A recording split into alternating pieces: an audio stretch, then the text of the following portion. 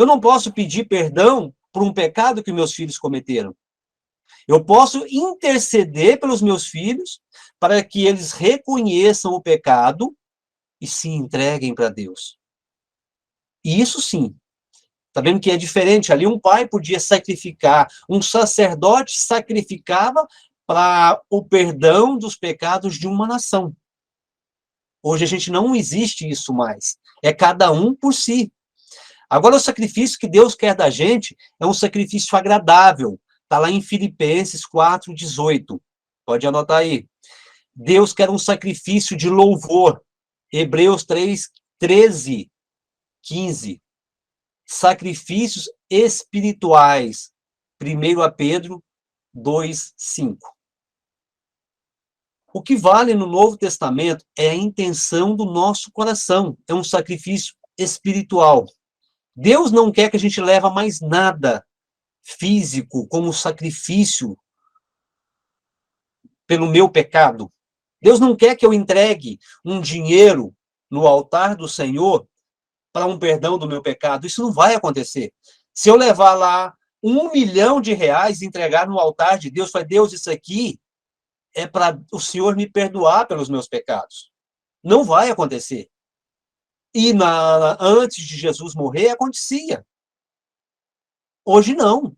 Hoje eu posso entregar a minha fortuna. Vamos colocar que eu seja uma pessoa multibilionária. Se eu entregasse esse multibilhões no altar do Senhor, nada ia adiantar para o perdão do meu pecado.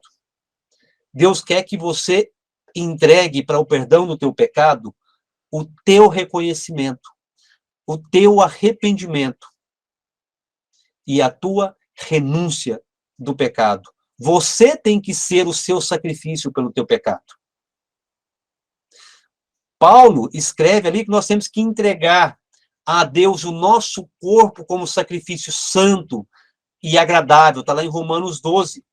Rogo-vos, irmãos, pela compaixão de Deus, que apresentei o vosso corpo em sacrifício vivo, santo e agradável a Deus como culto racional.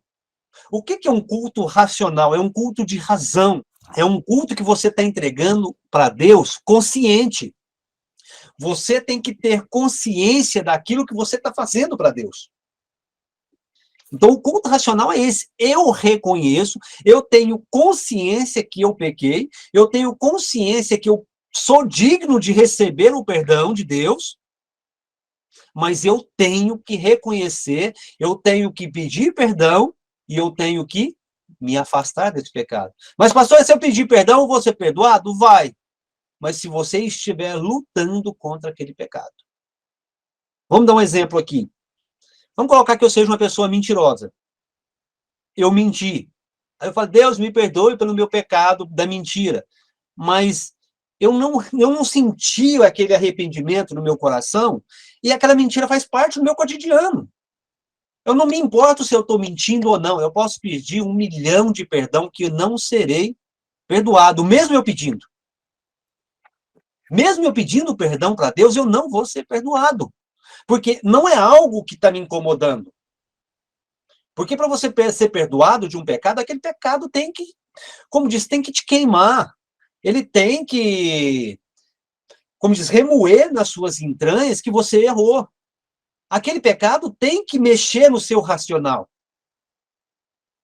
Porque se for algo no teu corriqueiro que você não quer mudar, não adianta, você pode pedir perdão para Deus 1 milhão de vezes que você não vai ser perdoado. A Bíblia é muito clara que você tem que reconhecer o teu pecado. E quando você reconhece? É igual a diferença de um pedido de desculpa e um pedido de perdão. Como diz, um pedido de desculpa, eu estou com remorso de ter feito isso.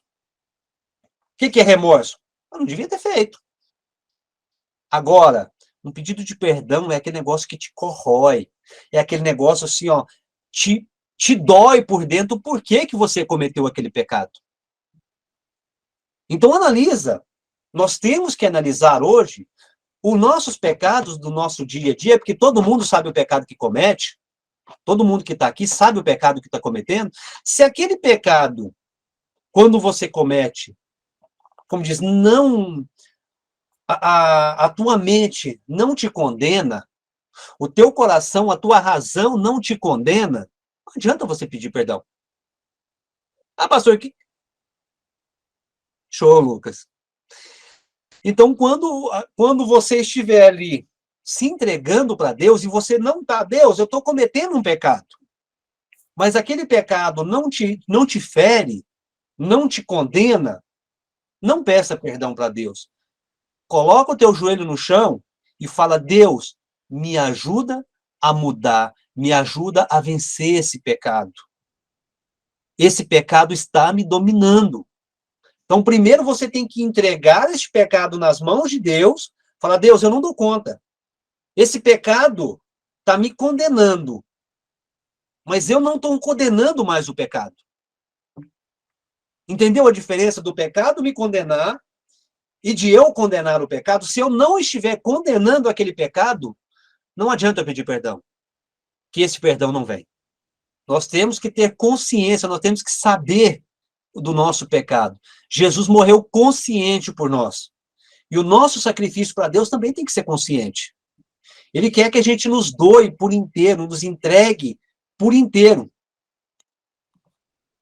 E antigamente a entrega era de animal, hoje é o nosso corpo, é a nossa vida.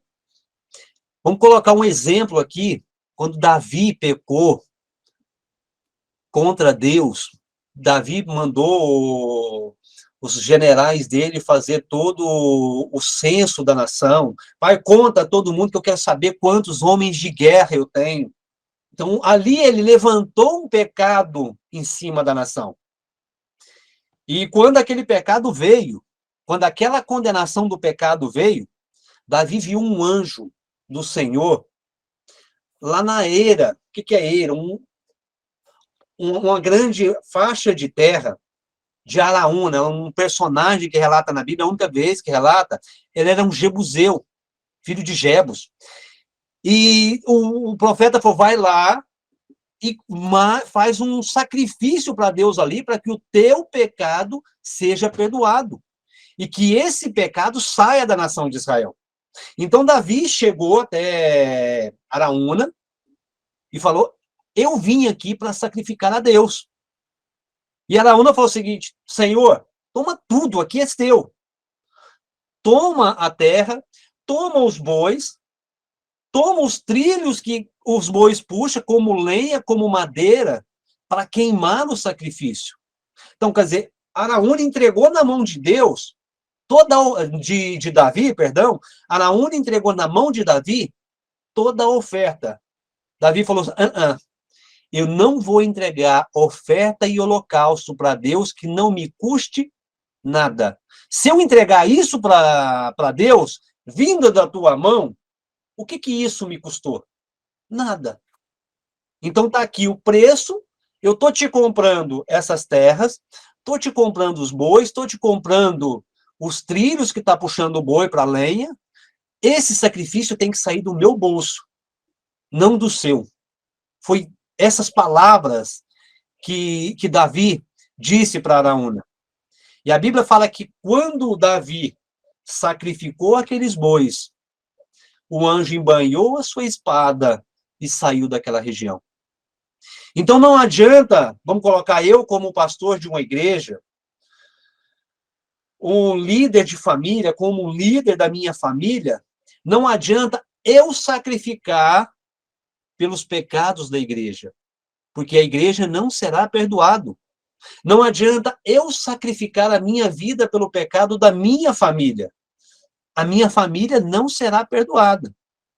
Eu consigo, sim, interceder para Deus, como pastor de uma igreja, para que Deus abençoe a igreja, para que os membros da igreja reconheçam os seus pecados e eles peçam perdão para Deus.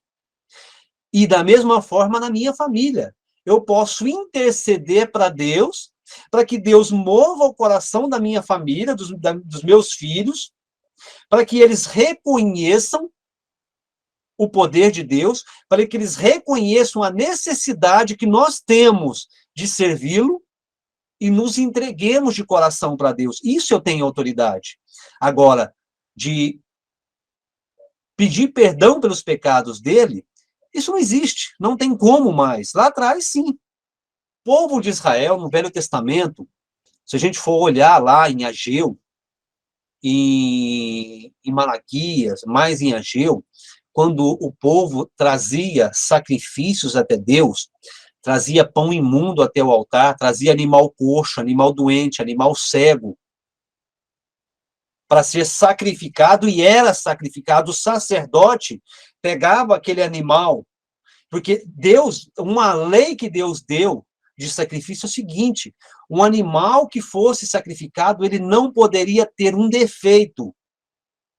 Se o animal tivesse um defeito sequer, se ele fosse manco, ele não poderia ser sacrificado no altar do Senhor, porque seria uma blasfêmia contra Deus. Era uma ordem de Deus. E Deus falou o seguinte: o sacerdote que fosse sacrificar, ele também não poderia ter nenhum defeito físico. Ele não poderia ter um defeito físico para estar na frente do sacerdócio. Então, para você ver a tamanha santidade que Deus relacionava o sacrifício do perdão do pecado. E o povo estava trazendo para o altar, para o sacrifício, animal cego, coxo, manco, doente, pão sujo. A palavra fala, Deus fala que um pão imundo até o altar de Deus. E estava sendo sacrificado. O sacerdote estava pegando aquilo e sacrificando, e com isso estava profanando o altar do Senhor. E hoje, trazendo para os nossos tempos, é a gente entregar para Deus o nosso resto. É a gente entregar para Deus qualquer coisa. Ah, não, se der tempo, eu vou no culto nesse domingo. Se der tempo, eu vou orar hoje. Se der tempo, eu vou fazer a minha leitura bíblica. Isso a gente está entregando o resto para Deus. Isso é entregar resto. Isso aí Deus abomina das nossas vidas. Isso é um sacrifício que Deus abomina. Deus abomina esse tipo de sacrifício. Ou você entrega de coração, e você entrega o melhor de você para dar, mas, pastor, eu vou ter que entregar o meu salário inteiro. Não. Você não vai entregar o seu salário inteiro. Se você entregar o seu salário inteiro, mas não for de coração, não vai ser uma entrega. Lembra ali no Novo Testamento, quando Jesus estava do lado do gasofilácio, a palavra de Deus fala que os grandes homens ali traziam fortunas até o altar do Senhor. Traziam fortunas, sacos de ouro, de prata, e entregava até o altar do Senhor. E a palavra diz que veio uma viúva e entregou uma moeda. Uma moeda. A hora que Deus viu aquilo, Jesus viu aquilo, falou: parou. Todo mundo parou, presta atenção aqui em mim, olha para mim. Olha aqui, atenção em mim. Tá vendo aqui essa fortuna que esse trouxe? Dá uma olhada no que essa viúva acabou de trazer. Olha a diferença de valores de entrega. Só que se for colocar na balança espiritual, essa moedinha, ela vale mais do que todos esses sacos de ouro que está entregue aqui no gasofilácio. Se colocar numa balança espiritual, essa balança vai puxar tudo para cima. E Jesus continua explicando. Essa moeda aqui, ó, única moeda, era toda a fortuna que essa viúva possuía. Apesar de valor monetário, não era nada. Vamos colocar hoje uma moeda de 10 centavos. Não se compra nada. Mas a hora que Jesus viu aquela moeda e colocou na balança espiritual, ela puxou todos os outros para cima. Ela pesou mais do que todas as outras ofertas que estavam sendo entregues naquele dia. Por quê? Ela entregou tudo que ela tinha. Mas, pastor, então eu vou entregar tudo que eu tenho? Não. Mas entrega tudo de melhor que você tem. O melhor do teu coração, o melhor da tua oração, o melhor da tua hora para Deus. A hora que você estiver fazendo algo para Deus, faça com o teu melhor. Se você é um diácono, diaconisa, um obreiro, um preletor, um pregador, mas você está ali varrendo a igreja, naquele momento, o teu coração tem que estar inteiro ali para Deus. Você tem que estar se entregando com o melhor. Ali é o seu melhor. Não é você estar varrendo a igreja ali e pensando, eu poderia estar lá em casa fazendo tal coisa. Isso não é você fazer o melhor. Eu estou falando de melhor não é em questão financeira, é questão de entrega.